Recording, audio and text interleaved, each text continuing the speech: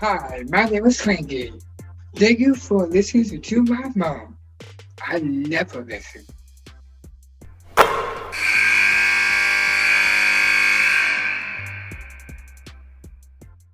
All right, Robyn Scherr-Wells, the head coach at the University of Evansville, one of our favorites on the podcast, representing the Missouri Valley. Robyn, thank you so much for being with us. Thanks for having me. We are in the thick of the season right now, right? It's the busy time of year. I know. How's it going? Give us a little breakdown. Well, we are right in our finals break, Rich, right now. So we've had a big stretch off, or we had, I think, 10 days between games, which was good. We've got a really young group. We've battled a lot of injuries. And so this has been, a time to try to let some bodies heal a little bit, mentally regroup, try to get our young kids feeling more confident. We've had kind of a tough start. So it's been good, to give them a chance to focus on their finals and, and get back to playing some basketball. One of the things that I've always admired about the Valley coaches is the tough non-conference schedule. And once again, the results may not have been exactly what the Valley overall had hoped for, but it still doesn't diminish the effort that we're seeing. A lot of close games, 1 or 2 possession games. And then, of course, some teams, their record's just a little bit misleading right now. How do you think that's going to all shake out? I hope certainly in our case that it is preparing us for conference play, because it's not going to get easier. And while it's certainly been tough, we did schedule tough, and we've lost 4 games that were a 1 possession game with under 2 minutes to go. And, when you're young, sometimes you just haven't learned totally how to win yet in those moments, Right. When you're 1 play away and you're relying on a bunch of freshmen and sophomores to make that 1 play. And it's just stuff that we've got to grow through. But I do, when I look at our conference and I go, I do feel like we're playing games that are going to prepare us for that. And we certainly could go out and schedule, easier games and, a non-D1 game here or there. And we just don't do that. We've played 2 Big Ten teams and good mid-major teams, and the rest of our conference does that as well. I saw Barbara had a double-double in the last game, so she started to pick up her game in the middle. How about the sisters? What's it like coaching them? Yeah, it's really unique. I've actually never had the chance to coach sisters, in any capacity at the college level. So it's, they have some really similar traits, and then they're really different people at the same time. So, sometimes I feel like I'm talking to the same person, then other times like not that at all. But, certainly, they had a chance to win a state championship together in high school. And so it's really unique, it's fun.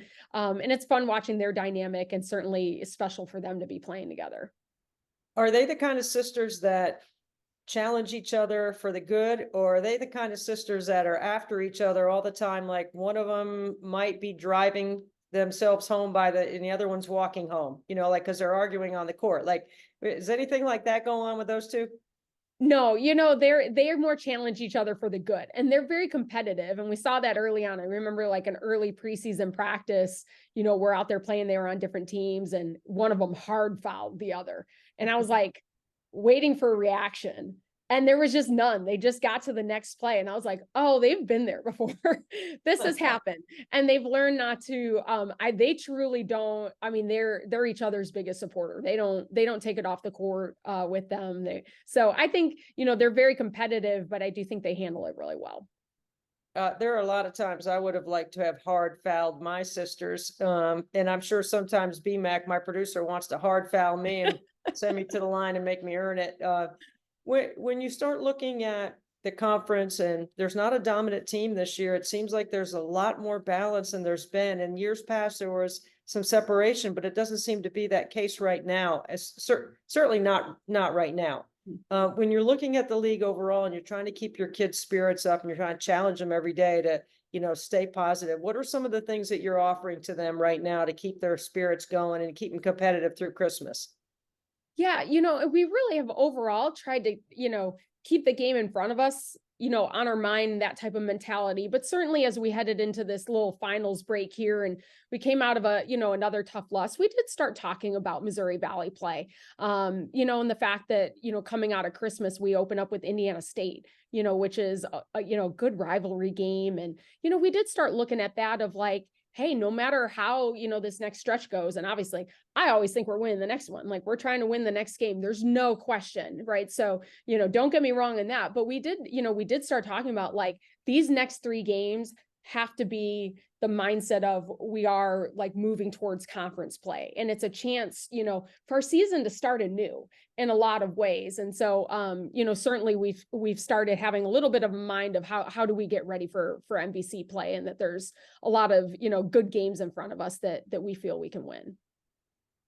Your region has a player that everyone knows called Caitlin Clark. I'm just curious because I call it Clarkonomics. I think she is the one time that I've, in all the years that I played against Cheryl Miller and covered everybody since, that she has changed the game in a lot of ways. Have you seen any effect, Caitlin Clark effect, Clarkonomics, Clarkology, anything that is happening on your own campus or in your region or when you're recruiting or anything like that? It continues to just shine a light on women's basketball in general. And we saw that over the last 2 years because we played Iowa, each of my first 2 years here. So, certainly as, we were preparing for those games of just, even more talk about her and, kind of tease our players of like, you'll always be able to say that, we had to go up to Iowa and play against one of the best basketball players out there in your time. So, but women's basketball is in a really good spot right now. There's been so many good games and, so many good top 25 games and good upsets. And, so, I just think that we all need to keep capitalizing on this momentum that women's basketball has. And certainly players like Caitlin Clark does a lot of great things for our sport. One of the things I love talking to you about is Michigan. You have a great legacy with Michigan, and you have an interesting story about your time at Michigan. And now they're the #1 seed in the college football playoffs. And there's some controversy around them, obviously. But I was just curious, like, are you you got the maize and blue out when football rolls around? I mean, you got the flag hanging in front of the house. What do you got going on? I'm so prideful about, being the Evansville head coach. And so it's tough when, when you're in a small town. I never wear Michigan stuff out because Evansville is my school. But certainly when I'm home and I'm watching football, the Michigan sweatshirt does come out. Mine are all pretty old. They're huge on me. They're like the, early 2000s style. But I've bought, my son Jed, I bought him a, Michigan jersey and those type of things. And, I've taught him to say go blue, and we still got to work on the fight song, but it is, there's always that pride that you have in your, in your alma mater. And it's certainly been fun. I think, watching them with football, it's just a testament to trying to keep the main thing. Right. There were so many distractions and so many, spaces over the course of their season where all of that could have, caused fracturing or just not keeping focused on the right things. And, what a testament to those young men, and how they've stayed focused on just winning games and not let the outside noise, you can either let that divide you or you can let it bring you together. And they clearly showed that it brought them together. Do you set your calendar for all your tasks, all the things you got going on to make sure that you're locked in with a beverage and some snacks for the Michigan-Alabama game? Like, are you going to be like, I know you're a big football fan. Are you just going to be like totally zeroed in? Because it's still a ways away. I haven't even checked to see where it falls in our game schedule. So I'm going to have to look at that. I don't even know either where. Yeah, I'm going to have to look at that. I used to, especially when I was a little bit younger in coaching, like used to really know when all the football games were lining and if I was gonna be able to see them or not. And then it's just, you get further into it and you kind of get closer to the game. And then like the day before I'll check and be like, oh, what time are they kicking off? Am I actually going to see this game or not? But I've watched a few Michigan football games on the bus this year already. So.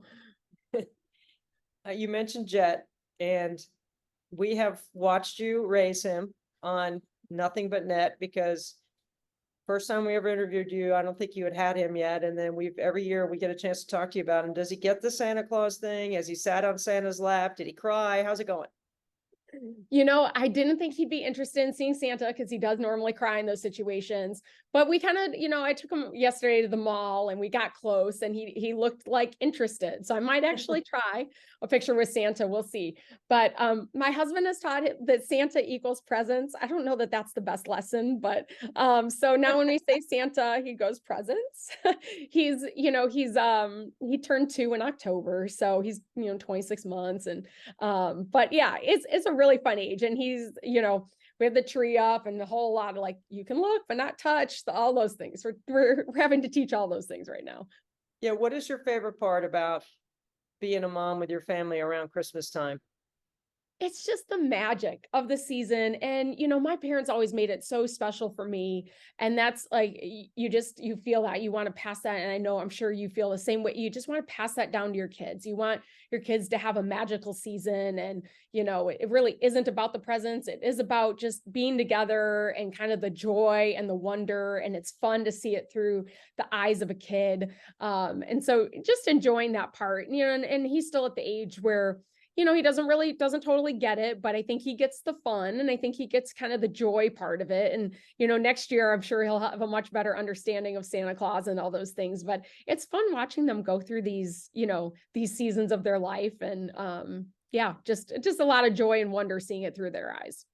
I'm going to guess that Jet wasn't old enough to say that Abby and Anna, your players who were just, I think they were there for 15 years, were his favorite players. And you're learning life without Abby Fight and without Anna, a point guard. Yeah. And, how's the transition going? And, how much do you miss them, or how much are you proud of the legacy that they've left the program in a better spot? So proud of them. I just feel so blessed that I had the chance to coach them for 2 years. And just, I knew what I had when I had them. I don't think I ever took that for granted. And, you also know when your time is done with them. So I've just been so fully focused on my group. But there's just those moments where, because we are really young, we have this very young team and we have some talent, but it's just young. And we don't have very many older, experienced leaders beyond Barbara. And, so we just got this young group, and you have those moments you're like, oh, like, that's where I see, like, Anna had some ability to step in there and bring some experience and bring some, just real calm and steadiness to the group. And it's, and it's not that my current group isn't trying to do that. They're just young, and that's just where they're at. And so there's certainly moments where, I do recognize a little bit of that hole just hasn't totally been filled yet. And it will eventually. But those are big shoes to fill. And I try to be really careful about not comparing, our current group, to those two were their own individuals. That was their team. And, this is our team now. But, really, I was just very fortunate. I think those two were great examples of leaders, and, really fortunate to have had a chance to coach them. When I watch film on your team and you're playing at home, I think you have one of the brightest gyms. Like, the colors are bright. It's white. It's good lighting. It's a shooter's gym. It makes me want to come in there and take some shots. When you look at the facilities and the things that you have in place and where you've taken the program to the next step, what are a couple of things, Robyn, that you think that would be important for people to know about what you're doing?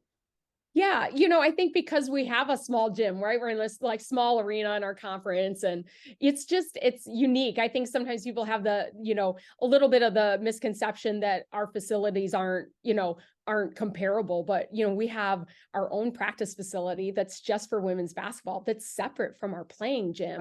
Wow. So I mean, we're never competing with other teams for practice time. Like, our kids have 24-hour access to a gym that's just for women's basketball with 2 shooting guns. And, it was one of the reasons why I wanted the job at UE's. I just felt like we were really set up for future success. And, I knew it was going to take time, and, we're still building and growing. We graduated a huge group last year, but I know that we have the support and the things in place here to be successful. And in our gym, although unique and different, but it is unique. I think it's a really tough place to come in and play for opponents. And I love that. It gets so loud in there, in those tight games. And so I think that's a real great advantage and a really unique thing. In our community, they're wonderful, and it just gives them a chance to be more closely connected to us. Well, it is the state of Indiana, and the state of Indiana loves its hoops. And I enjoy traveling across the state and getting a chance to call games. So I look forward to the next time I'm in town, I'm coming in your gym to get a workout and get some shots up. You are always welcome.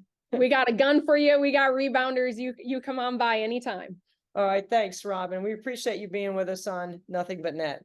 Thanks, Debbie. Happy holidays.